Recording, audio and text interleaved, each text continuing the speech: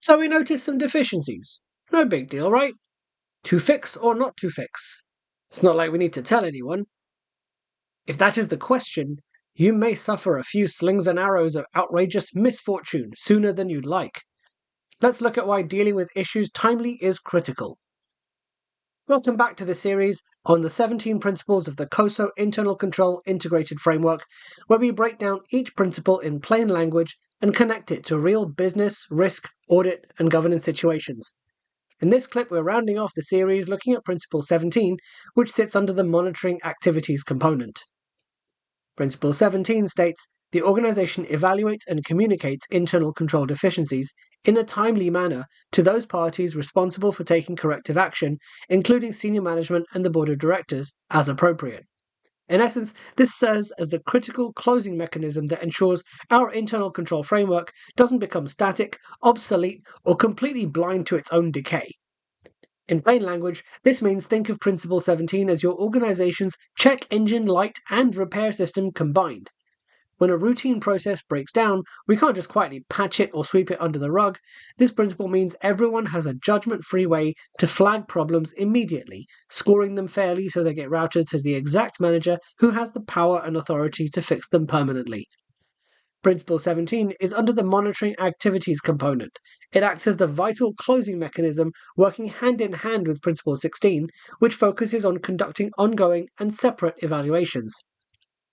If Principle 16 is the radar scanning for anomalies, Principle 17 is the pipeline that takes those discoveries, evaluates their true severity, and escalates them.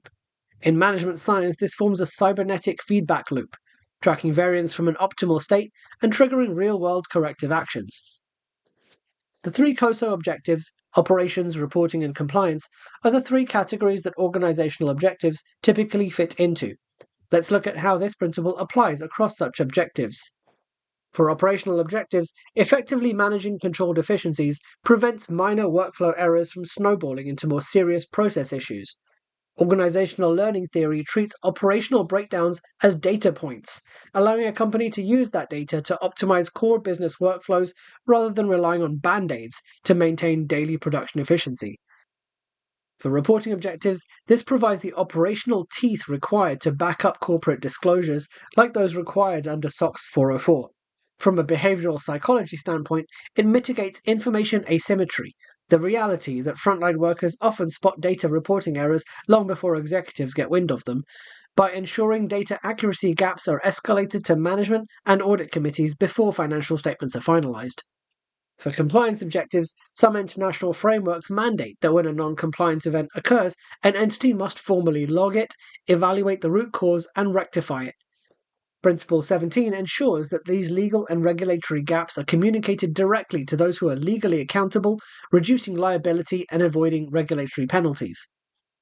Weaknesses in this area cause the organization to suffer from systemic operational blindness and governance decay. Agency theory suggests that when information is asymmetric, managers may end up in a conflict of interest and deliberately minimize issues to protect bonuses or reputations. This can result in a green status paradox, where that imbalance keeps dashboards deceptively green until the festering issues boil over and become more visible, sometimes in irreversible ways.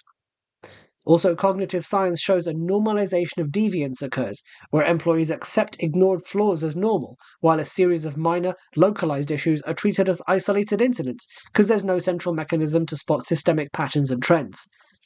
Controls related to this principle might include an algorithmic scoring matrix, a system controlled in a GRC tool that calculates the severity of an entered deficiency by cross-referencing inherent risk against compensating control strength, preventing management bias from manually downgrading a severe finding. Systemic aggregation rules, or feeder controls, an automated system script that flags 3 or more similar minor control failures within the same business cycle as a single systemic major deficiency. Hard-coded GRC escalation workflows, where pre-programmed routing rules within risk management software automatically dispatch high-severity control gaps directly to executive leadership based on the risk domain.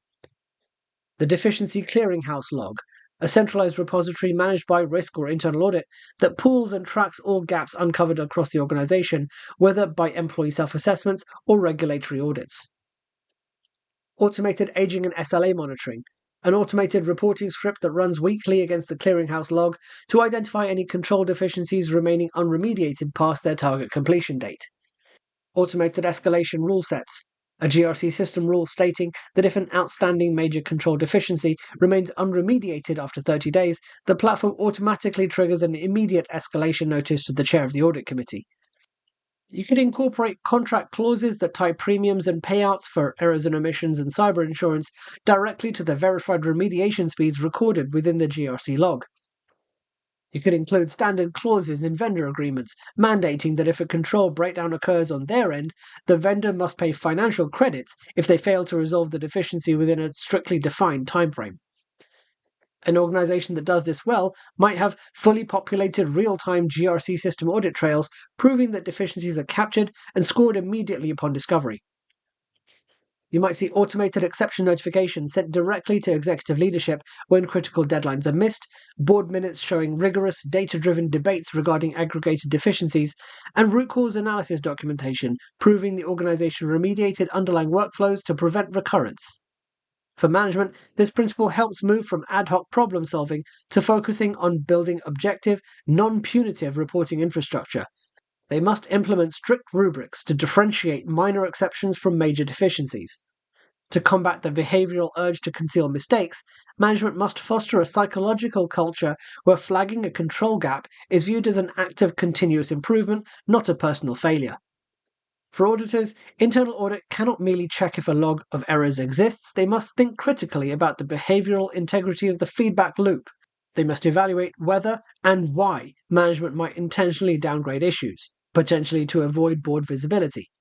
Auditors must look at the velocity of communication, asking not just was it reported, but was it communicated in a timely manner to the specific party who actually holds the authority to fix it.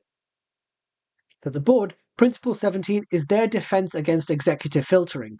It helps critical, systemic risks to survive management information aggregation and arrive at the audit committee intact. The board must actively oversee the deficiency criteria, demand absolute visibility into outstanding major deficiencies, and use this data to evaluate whether the overall system of internal control is truly present and functioning.